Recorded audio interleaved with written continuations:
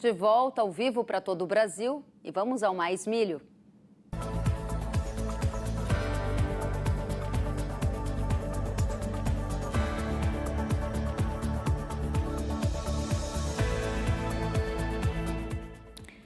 Os preços do milho no mercado interno atingiram dos menores níveis desde novembro do ano passado. A gente separou aqui um gráfico para você ver a variação dos preços. Em 27 de novembro de 2019, a gente tinha uma saca valendo cerca de R$ 49, base Campinas. Aí os preços subiram, atingiram até picos aqui superiores a R$ 60 e passaram a cair, chegando então a preços ao redor de R$ 48, ou seja, estamos em um dos preços mais baixos observados nos últimos anos. A questão é saber quais os motivos que levam à queda do preço do milho e qual a tendência de agora em diante. Para responder a esta e outras perguntas, a gente recebe ao vivo Carlos Cogo, que é analista da Cogo Inteligência de Mercado. Boa tarde, Cogo, que leva o milho a um dos mais baixos patamares desde novembro do ano passado. Boa tarde, Kelly. Boa tarde a todos. Realmente o pico foi no final de março, né, quando a cotação do indicador chegou a R$ 60,14. Lá para cá, uma perda de 19,9%. É uma combinação de fatores. Primeiro, esse primeiro quadrimestre do ano, até acumulado até abril, maio, a gente tinha uma combinação de estoque de passagem baixo.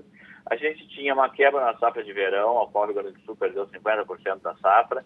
Tinha um mercado interno muito aquecido, sem exportar nada, e o preço interno muito acima da paridade de exportação. E, por fim, o temor de que a segunda safra tivesse algum prejuízo. A segunda safra teve perdas pontuais, não são perdas importantes, está chegando no mercado com força, com bastante volume. O Brasil não exportou praticamente nada, as exportações caíram 57% no acumulado de janeiro a maio, nós exportamos nada. Vamos ter que concentrar toda a exportação no segundo semestre e para que isso aconteça, com o dólar hoje a R$ 4,90, o preço vai ter que cair mais ainda.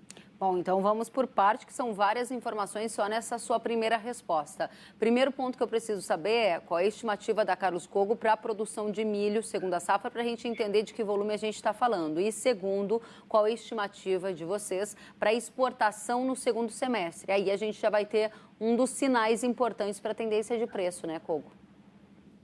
Eu respondo da seguinte forma: a gente está revisando a nossa estimativa de segunda safra para 72 milhões de toneladas contra a anterior de 74. É uma safra grande ainda. A gente perdeu, infelizmente, a conexão com o Carlos Cogo. Vamos refazer essa conexão telefônica. Enquanto isso, eu já retomo para você que nos acompanha alguns pontos que trouxemos nesta edição. A gente está observando que o preço do milho atingiu um dos menores níveis, pelo menos desde novembro do ano passado, e o nosso convidado chamava a atenção para a exportação de milho, que está mais lenta em 2020 na comparação com o ano passado. E, Cogo, você está de volta e dizia que vai revisar a expectativa da produção do milho segunda safra, mas que ainda prevê mais de 70 milhões de toneladas só para este período. Perfeito, Kelly. É isso. E assim, o importante, eu acho que a resposta é ser o contrário. A gente precisa exportar pelo menos 33 a 34 milhões de toneladas entre julho e dezembro, sob pena de ter que enfrentar uma super safra de milho americana chegando no mercado a um preço competitivo, com o dólar caindo no Brasil, e a gente com o preço ainda está 17% no porto acima do preço fora do Golfo nos Estados Unidos. Ou seja, só com o preço caindo mais em reais no interior, ele vai se ajustar à paridade de exportação e a gente vai conseguir manter um volume de embarques elevado. Senão a gente corre o risco de chegar no final do ano estoques de passagem muito grande, e se o preço não cair agora, ele acaba caindo mais adiante de forma mais intensa ainda. De um jeito ou de outro, o preço vai ter que voltar para baixo. Por que as exportações não performaram como em 2019 até agora?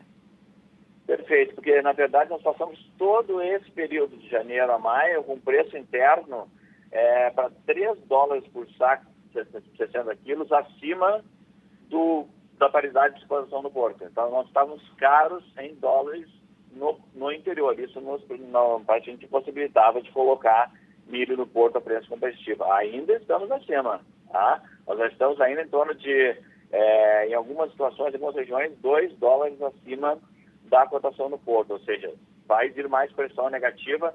Hoje de manhã o mercado já abriu, assim, colocando as pressões abaixo no Cerrado, por exemplo, Mato Grosso, os produtores querem $7 a saca e as melhores ofertas não passam de $6,70, $6,50. É o reflexo da queda do preço lá fora, em Chicago, pela pressão do etanol de milho que está em baixa produção nos Estados Unidos, e agora também do câmbio, né, que caiu no Brasil com força. Pois é, aí você diz que o Brasil precisa exportar pelo menos 33 milhões de toneladas no segundo semestre para que haja uma sustentação dos preços ao redor destes patamares ou levemente abaixo disso de agora em diante. Uma coisa é a gente precisar, outra coisa é a gente ter condições para. O Brasil tem condições para exportar 33 milhões de toneladas em 2020 no segundo semestre? Tem condições, mas é um ano muito desafiador. Nós estamos falando de uma safra americana de mais de 400 milhões de toneladas, com o Brasil com dificuldades de logística, mais caro com a sua logística.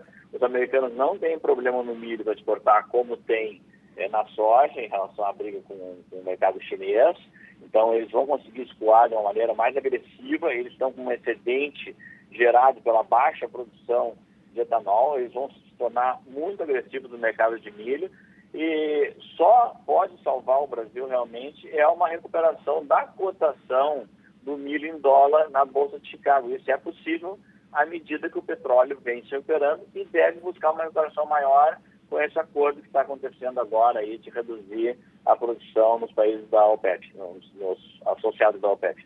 Agora, essa situação do milho no mais baixo patamar desde novembro não é uma situação que piore dramaticamente a margem do produtor de grãos do Brasil, até porque boa parte desse produtor já vendeu antecipado e conseguiu pegar os picos de preço, Kogo? Isso é a parte mais importante de todas, né? A maior parte dos produtores já conseguiram executar uma média extremamente elevada e acima dos parâmetros tradicionais. Então, estão protegidos. No caso de Mato Grosso, é praticamente 80% da safra negociada, Paraná bem menos.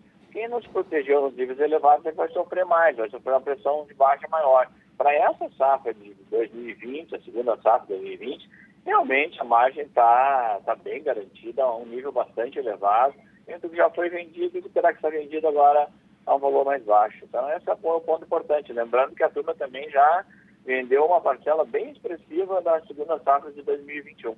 Agora, Kogo, de um lado, o produtor tem a margem parcialmente garantida por essas vendas antecipadas que você menciona. De outro lado, o produtor de proteína animal do Brasil tem a expectativa de ter um alívio, pelo menos momentâneo. A indústria voltou às compras, está aproveitando esse patamar ou acha que, como tem tendência de baixa na sua avaliação, estão esperando um preço mais interessante para fechar negócio?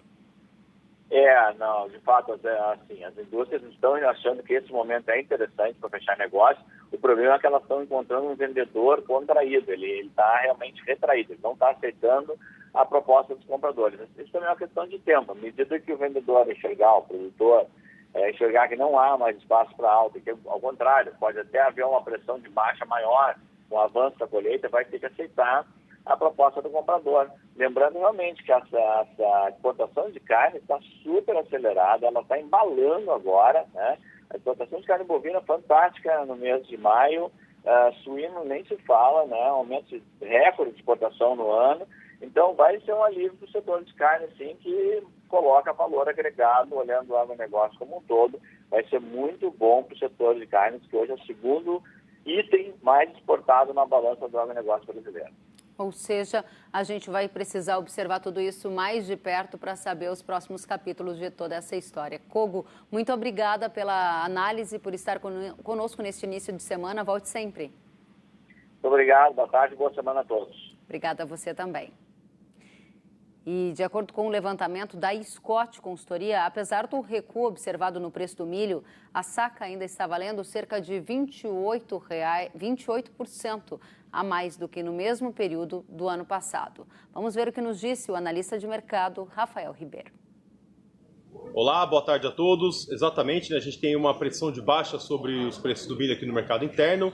A queda é devido, primeiro, ao recuo verificado aí do dólar, né, em relação à moeda brasileira, mas também principalmente em função da pressão da colheita, né? Então os trabalhos de colheita da segunda safra começaram nas principais regiões produtoras. A gente tem aí no Paraná até o dia 1º de junho 2% da área semeada nessa temporada já colhida, né? E em Mato Grosso trabalhos ainda também no início, por volta de 1,6% do milho colhido até o final de maio, né? Então o câmbio caindo e a pressão aí da maior disponibilidade com a colheita já fizeram os preços cair. Na região de Campinas, a referência hoje está entre R$ 49 e R$ 50 por saca de 60 quilos, uma queda aí de 8,3% desde o final de maio, quando a gente tinha aí uma saca na região custando por volta de R$ 54, né? Sem considerar o frete. Apesar das recentes quedas, a gente ainda tem aí o milho custando 28,6% mais em relação ao mesmo período, ou seja, em relação a junho de 2019, né?